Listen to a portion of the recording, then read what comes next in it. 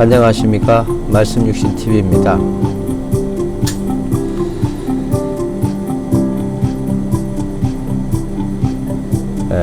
오늘은 근원적인 문제를 좀 말씀드리고 싶어서 영상을 만들었습니다. 말씀육신TV의 내용을 들으시는 분들이 계신데요. 우연한 계기로 이 TV에 접하신 분도 계실 거고, 그러나 이제 저는 대상을 한번 생각을 해봤어요. 이런 대상이 되신 분들이 이 말씀육신TV를 들어봐 주셨으면 하는 게 제 바람입니다. 항상 느끼지만 마음속에 있어서 제가 알게 되고 느끼는 것을 표현한다는 것이 쉽지 않다는 것을 느껴요. 항상 영상을 다시 한번 저도 되돌아보지만 표현이 부족하다는 것을 항상 느꼈습니다. 아무튼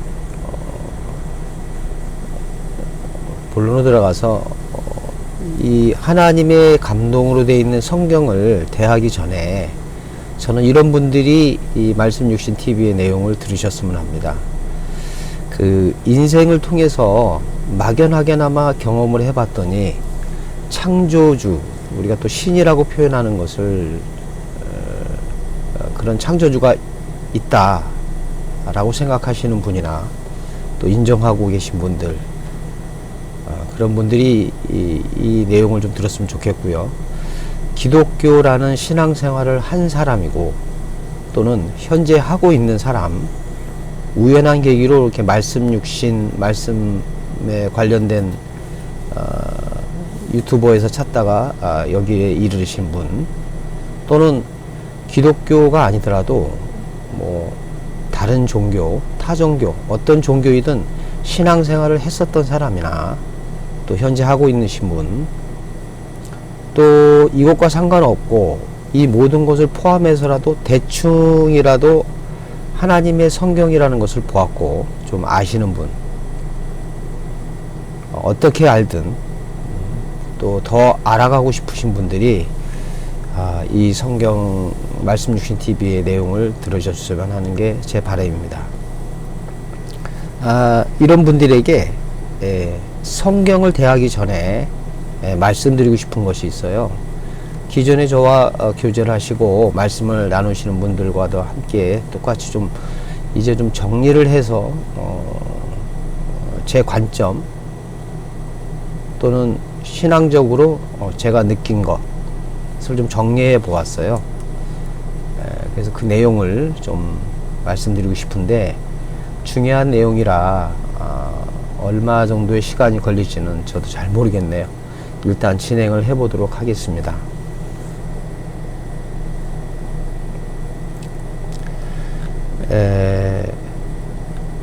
지금 많은 분들이 그 스스로 성경을 보시기도 하고요.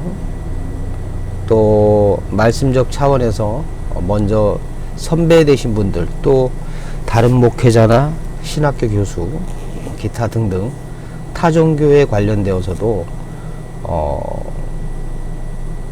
일단 1차적으로 자신이 지금 모르기 때문에 또는 알고 있지만 이 알고 있는 부분에 대해서 동감하거나 같은 얘기를 하고 있지 않는 사람이 있지 않을까 하는 생각으로 유튜브를 보시는 분들이 계실 거예요.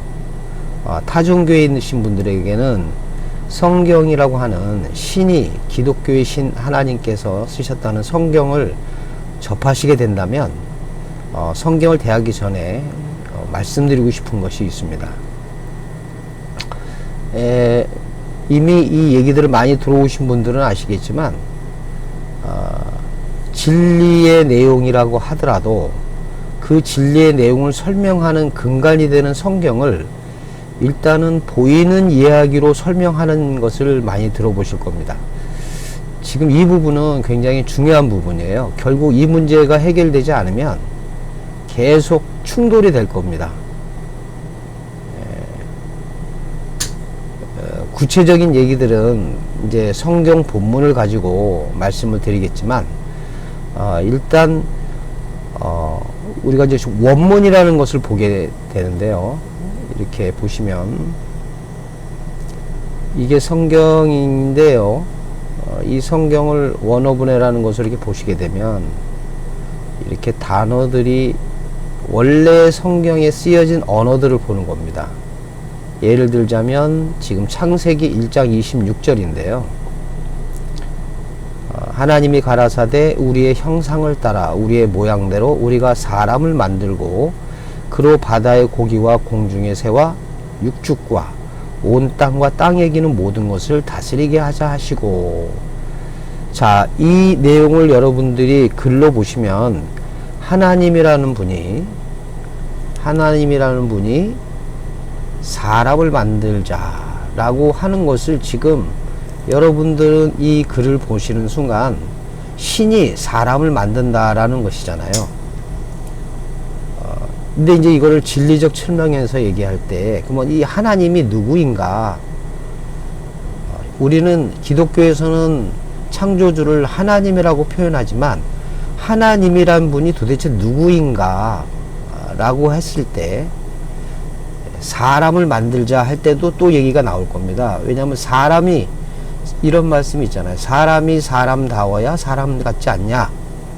자, 여러분 지금 이 말을 들은다면 실제로 눈에 보이는 우리와 같은 존재인 사람들이 과연 사람답느냐라고 할 때 사람이라는 단어는 이미 우리와 같은 존재를 얘기하고 그 존재가 정말 사람답고 의미잖아요. 의미. 이 의미를 이제 설명하는 것인데 이 의미를 우리가 이제 진리라고 얘기한다는 것이죠. 제가 지금 말씀드리고 있지만 이 성경의 내용을 보시는 순간 여러분들은 이 내용으로 이걸 이해하시는 거잖아요. 진리를 알게 되면 보이는 것을 무시하게 되는 경향이 있어요. 무시를 해서 이것이 악화되면 막 사는 인생이 됩니다. 막 사는 인생.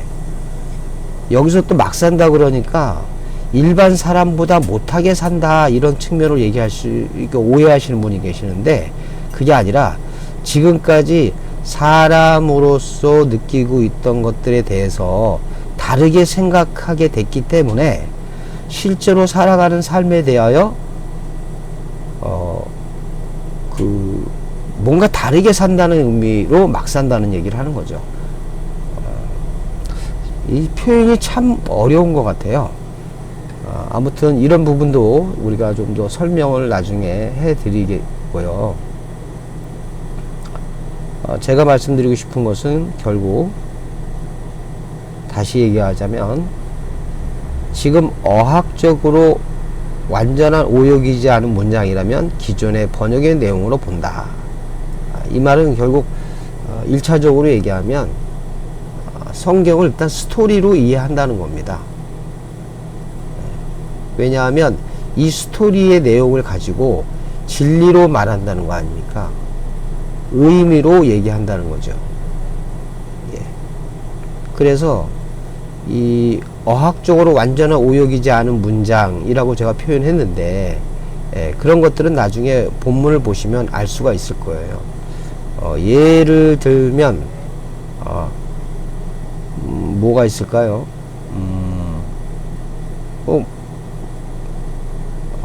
완전히 다른 번역, 사전에 비교해서 사전에 있는 내용을 봤을 때 사전의 내용이 아닌 다른 의미로 번역한 것을 우리는 오역이라고 합니다. 오역. 이런 것이 아니라면 기존의 번역을 그대로 본다는 겁니다. 왜냐하면 이 번역하신 분들도 그 언어에 대해서 공부를 하신 분들이라고 우리가 인정할 수밖에 없는 거죠. 우리 그렇지 않았다면 어느 누구도 지금 성경을 한글로 볼 수 없다는 거 아니겠습니까? 물론 나중에 이 번역된 성경이 원래 언어에서부터 출발해서 우리가 지금 생각하고 있는 것과 원문이 얘기하고 있는 것과 의미가 다르게 되어 있다는 사실들을 많이 발견하게 됩니다. 그렇지만 이미 번역되어 있는 것에 대하여 문법적이고 또는 단어의 사전적으로 봤을 때 완전한 오역이 아니라면 기존의 번역의 내용으로 본다는 이 어떤 기본적인 어떤 것에 대해서는 여러분들이 인정을 하고 보셔야 한다는 게 매우 중요합니다. 두 번째는 성경은 그 내용 자체가 그분의 뜻과 마음을 나타내는 의미적 비유라고 본다. 자, 이것이 지금 굉장히 중요합니다. 왜냐하면 이 부분은 기존의 유대인들이 보고 있던 게 성경인데 그게 구약 성경이거든요. 구약 성경인데 구약 성경의 유대인들이 자신의 메시아인, 이건 성경적으로 말씀드린 겁니다.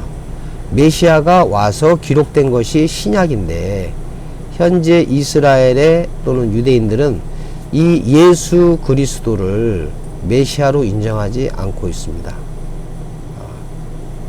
그래서 신약에서 얘기한 내용들을 보면 그 자체가 성경이 그분의 뜻과 마음을 나타내는 것으로 얘기하고 계시기 때문에 의미적 비유라고 하는 겁니다. 의미적 비유라는 의미를 잘 생각해 두시기를 바랍니다. 그래서 제가 미리 예를 들었어요. 성경을 좀 아시는 분들은 이제 알겠지만 구약에는 이스라엘 사람이 되려면 태어난 지 8일이 되기 전에 또는 8일이 되면 할례를 받아야 한다고 합니다. 또 이스라엘 중에 이방인이 있어도 이 이방인도 할례를 행해야 한다고 구약의 성경에 기록되어 있습니다. 그런데 이 할례가, 이 구약의 할례가 신약에 와서 유대교였던 사도 바울이 말씀을 깨닫게 되는 과정을 통해서 알게 된 것이 마음의 할례가 진정한 할례다. 그래서 구약에 보이는 할례로 행했던 것은 결국 우리 마음의 할례를 얘기하는 것이다 라고 구구절절하게 설명을 하고 있습니다. 자, 그리고 또 하나가 있는데요. 중요한 것인데 유대인들이 예수 그리스도를 십자가에 매달아서 죽이게 된 이유 중에 하나가 율법을 어겼기 때문입니다. 율법은 말 그대로 행하는 법으로 그대로 보았고 믿었고, 구약에 나중에 말씀드리겠지만 이 율법을 어겼을 때 하나님이 주신 율법을 하나님께서 어긴 이스라엘에게 재앙과 고난이 있었다는 거죠. 그래서 유대인들은 율법을 행하는 법으로 알고 있습니다. 물론 유대인들도 그 율법이 하나님이 그렇게 되기를 바란다는 뜻과 마음이 있다는 것으로 압니다. 그러나 그들에게는 율법을 행하는 법이 것이 대원칙이었다는 것이죠. 그런 것에 제일 선두에 서서 그렇게 믿고 있었고 그렇게 철저하게 신앙생활을 했던, 유대교의 신앙생활을 했던 사도 바울, 사도가 되기 전에 바울은 나중에 성령으로 인해서 깨닫고 난 다음에 율법은 죄를 깨닫게 하는 것이다 라고 고백을 하게 됩니다. 그리고 또한 이 세례, 침례라고 하는 것도 모세를 따라서 애굽에서 홍해를 건너서 광야에서 구름 기둥과 불 기둥으로 인도받았다는 것을 침례라고 하는, 세례라고 하는 것을 의미한다고 얘기를 합니다. 그래서 성경은 그 내용 자체가 그분의 뜻과 마음을 나타내는 의미적 비유라고 봐야 한다는 게 제가 말씀드리고 싶은 것이고요. 또한 세 번째로는 창세기 1장에서 2장 3절까지는 하나님의 계획이고 설계도라고 본다. 이렇게 보셨으면 하는 게 제 주장입니다. 1장에서 2장 3절까지 천지와 만물을 다 이루시니라 할 때 거기까지를 하나님의 계획과 설계도라고 봅니다. 이것을 먼저 말씀드리고 싶어요. 그리고 성경을 이미 좀 보신 분들이나 기독교 신앙생활 하고 있는 분들은 이 정도는 다 알고 계실 겁니다. 그리고 물론 이제 네 번째, 모든 성경은 말씀 육신 예수 그리스도, 그리스도 예수, 그리스도에 대한 증언이라고 본다라는 것도 성경에 있기 때문에 성경을 보신 분들은 이 정도도 아실 겁니다. 그러나 이제 지금 제가 처음부터 첫 번째, 두 번째, 세 번째, 네 번째에 제가 말씀드리고 싶은 것들을 일단 중심에다가 세워두시고 마음에 담아두신다면 앞으로 여러 얘기를 할 때에 왜 제가 그렇게 얘기를 하게 되는지를 성경을 통해서 같이 말씀을 나누다 보면 이 네 가지 원칙에 준해서 보게 되면 지금까지 알고 있었던 그런 상태에서 또 다른 관점으로 그분의 도우심으로 말씀을 깨닫는 어떤 계기가 될 거라고 생각이 들기 때문입니다. 이 마지막 부분 다섯 번째는요, 조금 이거는 나중에 설명이 돼야겠지만 미리 먼저 말씀을 드립니다. 그리고 이 모든 성경을 보고 묵상하고 이런 과정이 우리 마음 안에 성령의 전으로 되어지는 것으로 여러분들이 보셨으면 하는 겁니다. 이거를 조금 더 구체적으로 얘기하면 보이는 나, 여러분이란 육체 안에 말씀의 육체와 몸과 혼과 영이 있다는 것 또는 되어진다는 것으로 여러분이 보셨으면 하는 겁니다.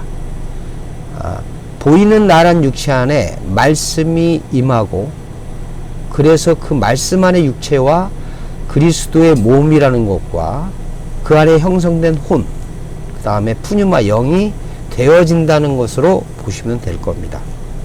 그러면 성경을 이해하는 데 있어서 조금 더 체계적으로 이해가 되지 않을까 싶어서 말씀을 드렸습니다. 이 각각의 부분에 대해서는 나중에 또 이렇게 이런 방식으로 잠시만요.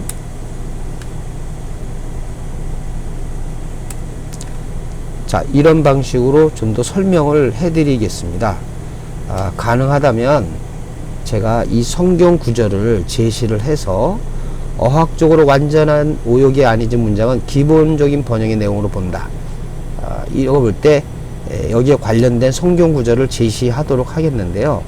제가 얼마나 찾아낼 수 있을지는 저도 잘 모르겠습니다. 아무튼 이렇게 각 분야별로 또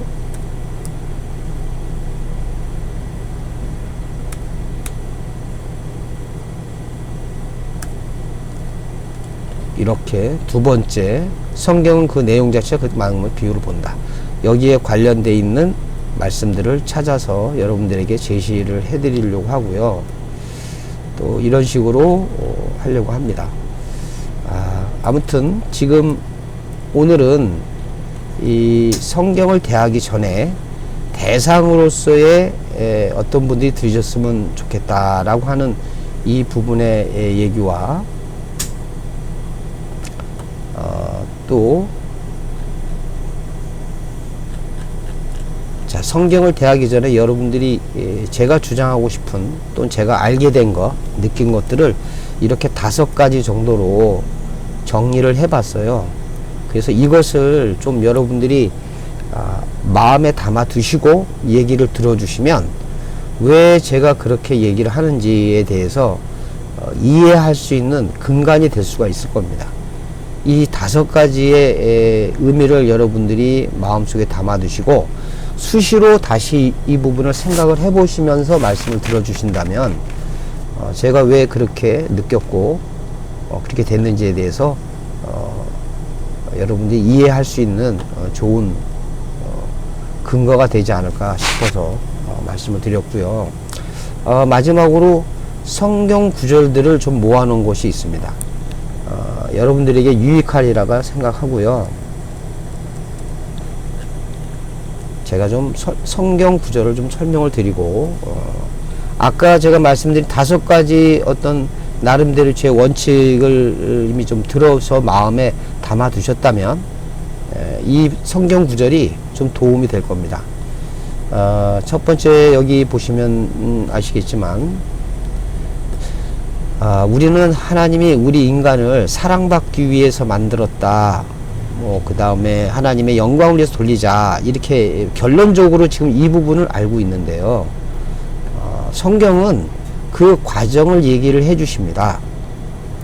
창세기 1장 26절에서 27절에 보면 하나님이 가라사대 우리의 형상을 따라 우리의 모양대로 우리가 사람을 만들고 그로 바다의 고기와 공중의 새와 육축과 온 땅과 땅에 기는 모든 것을 다스리게 하자 하시고, 번역이 어떠하든지 간에 하시고, 그 다음에 하나님께서 자기 형상 곧 하나님의 형상대로 사람을 창조하시되 남자와 여자를 창조하시고, 하나님이 그들에게 복을 주시며 그들에게 이르시되 생육하고 번성하고 땅에 충만하라, 땅을 정복하라, 바다의 고기와 공중의 새와 땅에 움직이는 모든 생물을 다스리라.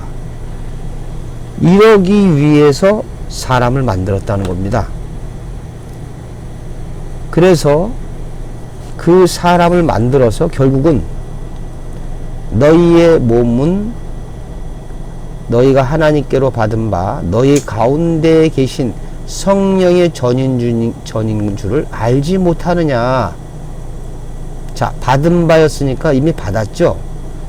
알지 못하느냐 했으니까 모르고 있다는 거죠. 그래서 설명을 고린도 교회에다가 말씀을 드리는 겁니다. 너희는 너희 자신의 것이 아니라 값으로 산 것이 되었으니 그런즉 너희 몸을 하나님께 영광을 돌리라. 자, 여기는 사람을 만든 이유가 나여 있고, 이거는 과정을 통해서 결론적으로 이런 몸으로 하나님께 영광을 돌리라. 이거를 또 행위의 법을 하면 돌리는 행위로 가겠지만, 돌리려면 돼야겠죠. 됨이 돼야 영광을 돌릴 수 있게 되겠죠. 그 다음에 여기 말씀처럼 이 문장에서의 얘기처럼 알아야 됩니다. 알지 못하느냐. 알아야 돼. 알아야 되고, 그렇게 되면 우리는 우리 자신의 것이 아니라 값으로 산 것이 되었다라는 것이 되는 거죠. 그러면 그런 몸으로 그런 삶이 하나님께 영광을 돌리게 되는 삶이 된다는 것이기 때문에 결국 이 명령이 성취되는 삶이 이루어질 겁니다. 그 삶은 여기 보시면 바다의 고기와 공중의 새와 육축과 온 땅과 땅에 기는 모든 것을 다스리게 되기 때문에 결국 이 자체가 하나님의 영광을 돌리게 되는 겁니다. 자, 여러분들이 지금 제 얘기를 말씀을 들으면서 느끼신 게 있을 거예요. 이게 지금 이것이 보이는 사람을 창조한 것이라고 생각한다면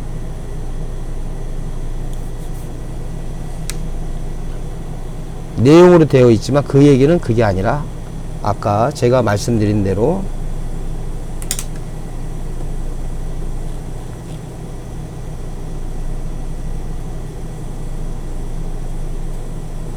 이 부분이죠. 모든 성경은 말씀 육신 예수 그리스도에서의 증언이라고 본다라고 하는 것으로 아까 창세기 1장 26절과 27절을 여러분들이 그런 관점으로 보셨으면 하는 게 제 바람입니다. 자, 그렇다면 여러분들이 궁금증이 생길 거예요. 그것이 무슨 궁금증이냐? 이게 성경을 이제 본 사람들, 어느 정도 얘기 들으신 분들 아시겠지만, 그렇다면 여기에 남자와 여자인데 어떻게 이게 여기 남자와 여자를 창조했다 그랬으니까 사람은 남자와 여자를 통칭하는 말이지 않냐. 그래서 남자와 여자, 실제로 보이는 남자와 여자가 창조된 게 아니냐, 이렇게 보실 수 있겠죠. 그러나 이 사람이라는 것이 어떤 것이냐, 하나님의 형상과 모양으로 창조받기로 계획하시고 만드신 사람이라면, 물론 나중에 이후에 이제 선악과 문제가 나오고 타락했기 때문에 그러함에도 불구하고 우리가 이 모양이 됐다라고 생각하지만, 창세기 1장에서 2장 3절까지의 내용은 이 땅에 오신 예수 그리스도에 대한 얘기로 한 것으로 보인다면, 이 예수 그리스도 안에 남자와 여자가 같이 들어있다는 그 의미로서요. 왜냐하면 여러분이 아시겠지만 우리는 예수님을 신랑이라 그러지 않습니까? 그렇다면 이렇게 말하고 있는 저는 남자잖아요. 그리고 여자분도 계실 거 아닙니까? 이걸 통칭해서 다 신부라고 얘기하지 않습니까? 여기에 신부 안에 남자와 여자가 있죠. 예, 조금 이제 복잡해지게 느낌이 들지만 여러분이 한번 이런 관점으로 생각을 한번 해보시라는 겁니다. 그렇다면 성경이 하나님의 형상과 모양을 닮으신 예수 그리스도의 삶이 이해가 되고요. 우리가 타락 이전에 아담과 하와가 왜 타락을 하게 됐는지에 대한 이유도 여러분이 이해하실 수 있는 근간이 될 겁니다. 자, 다시 말씀드려서 이 창세기 1장 26절과 27절은 그분에 대한 얘기이며 결국 우리들이 나중에 이렇게 돼야 되는 그분과 같은 모양 형상으로 되어지는 얘기입니다. 그렇다면 이게 그분의 얘기이면서도 오늘날 성경적으로 모든 그리스도 남편을 봤을 때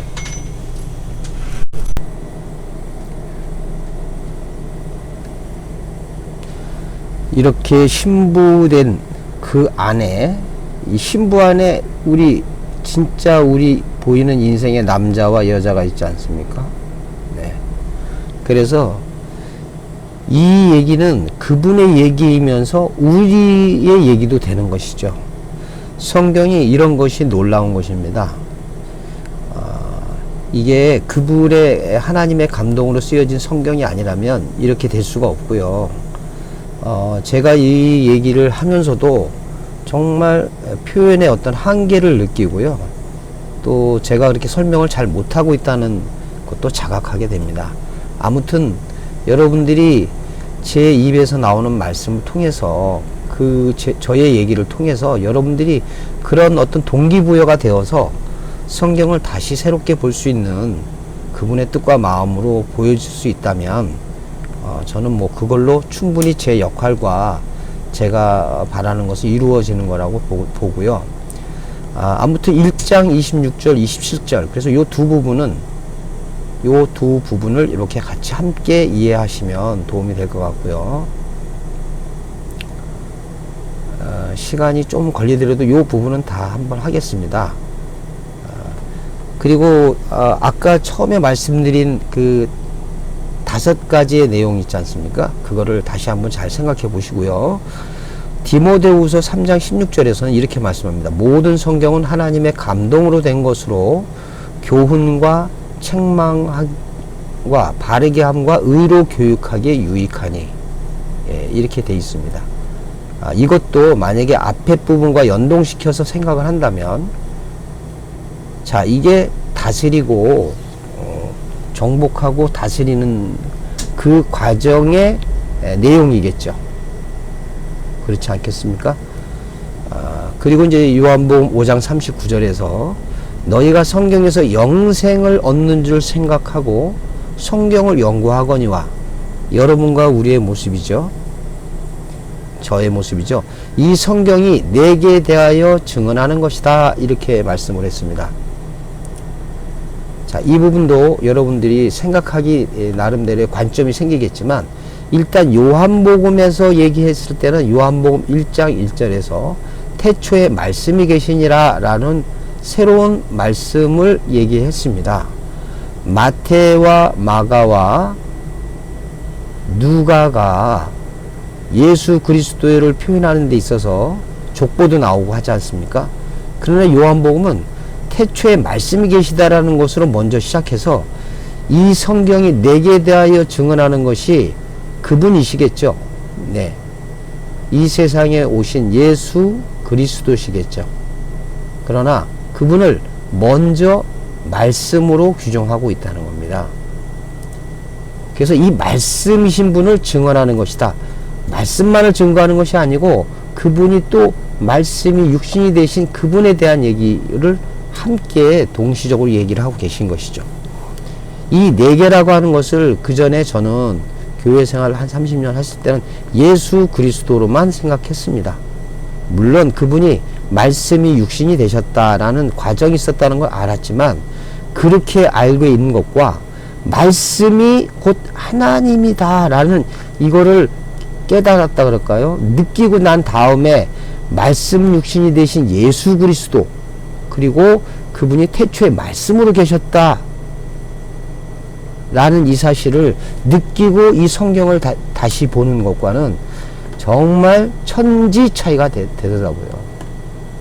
정말 말씀을 제대로 그분의 뜻과 마음으로 느끼지 못했구나 라는 생각을 통탄하고 그랬습니다.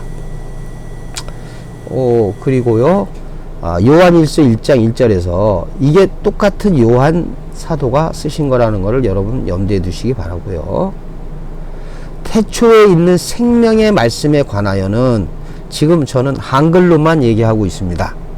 아까 그래서 특별한 오역이 없는 한 성경의 번역을 그대로 본다라는 말은 어차피 우리가 그분의 뜻과 의미로 성경을 깨달았다 하더라도 기존의 성경을 보고 있는 내용, 이 보이는 삶, 우리가 의미를 부여하지 않고도 지금 살아가고 있는 것으로 설명하지 않고는 이 진리를 설명할 재간이 없는 거죠.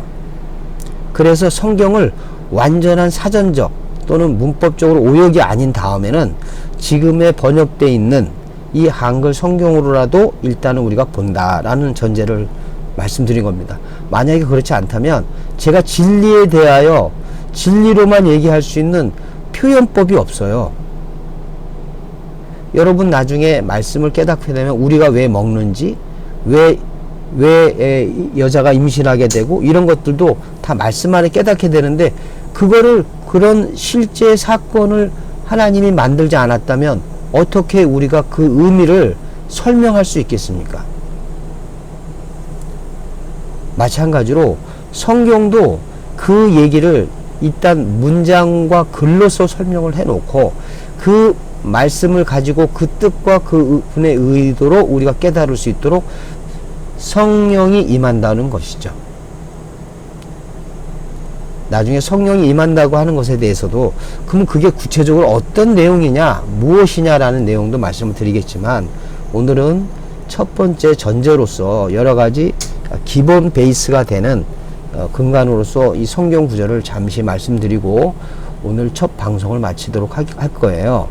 그래서 이 첫 번째 방송은 여러분들이 수시로 좀 들어두시면 계속 진행되는 다른 말씀들에 대해서 이해할 수 있는 기본 베이스가 될 거라고 생각이 됩니다. 그래서 우리가 들은 바요, 눈으로 본 바요, 자세히 보고 우리 손으로 만진 바다. 이것도 실제로 예수 그리스도와 말씀을 들었고 그분과 동고동락을 했다라는 것으로 일단 이해하신다면 실감은 나지 않습니까? 이건 요한 사도가 쓰신 거니까요. 그분을 그리스도로 깨닫지 못해서 주님을 십자가 달릴 때 버리고도 갔지만, 그러나 그들이 성령을 받고 깨달았을 때 이 표현은 그분의 뜻과 마음으로 표현된 감동으로 된 글이지만 그 이면, 표면도 그 의미를 갖고 있다는 거죠. 그것을 설명하기에 충분하다라는 것이고, 그 표면을 가지고 의미로서 설명할 수 있는 의미적 비유가 된다는 것이죠. 자, 다시 이제는 요한일서 2장 14절에 보면 아이들아, 하나님 말씀 안에서는 상태가 있는 모양입니다. 아비들아, 청년들아.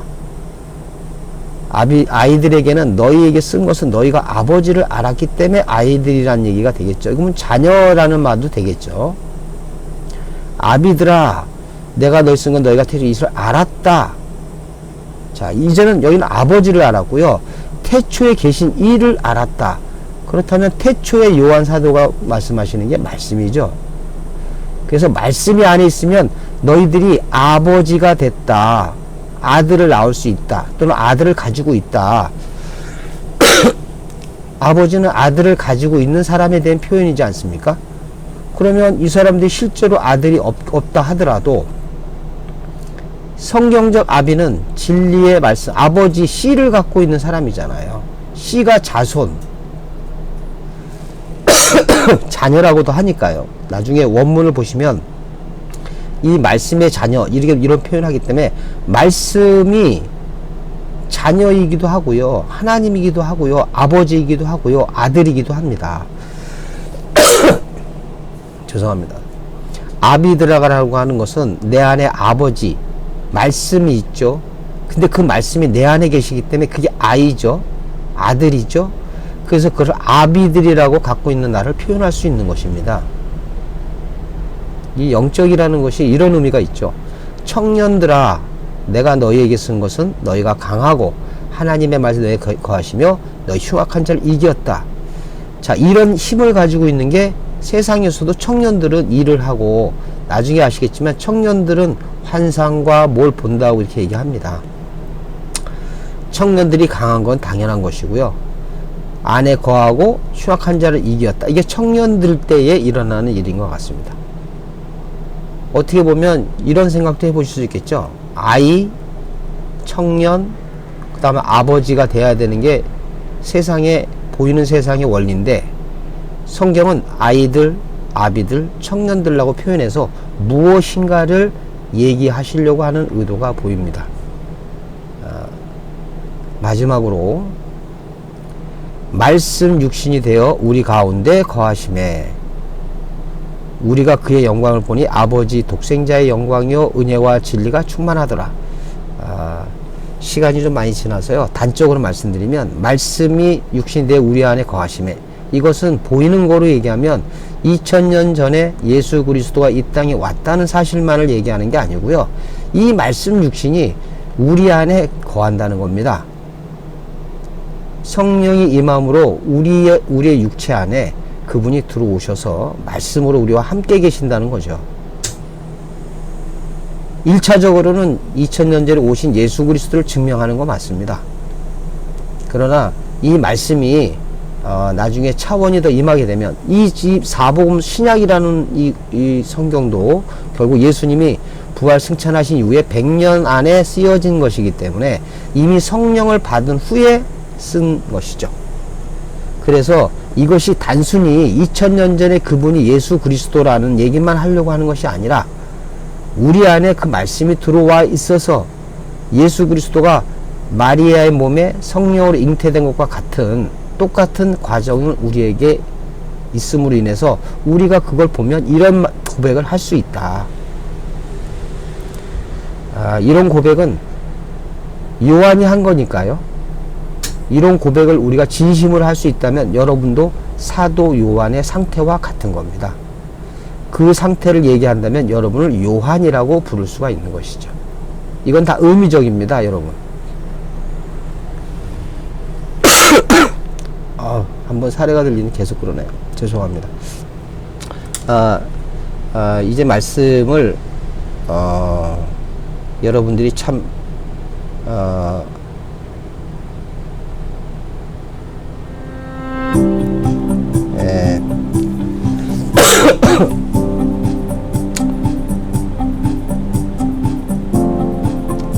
성경을 대하기 전에 이 말씀 육신 TV를 듣는 분들이 이런 분들이었으면 좋겠다, 이렇게 좀 말씀을 드렸고요.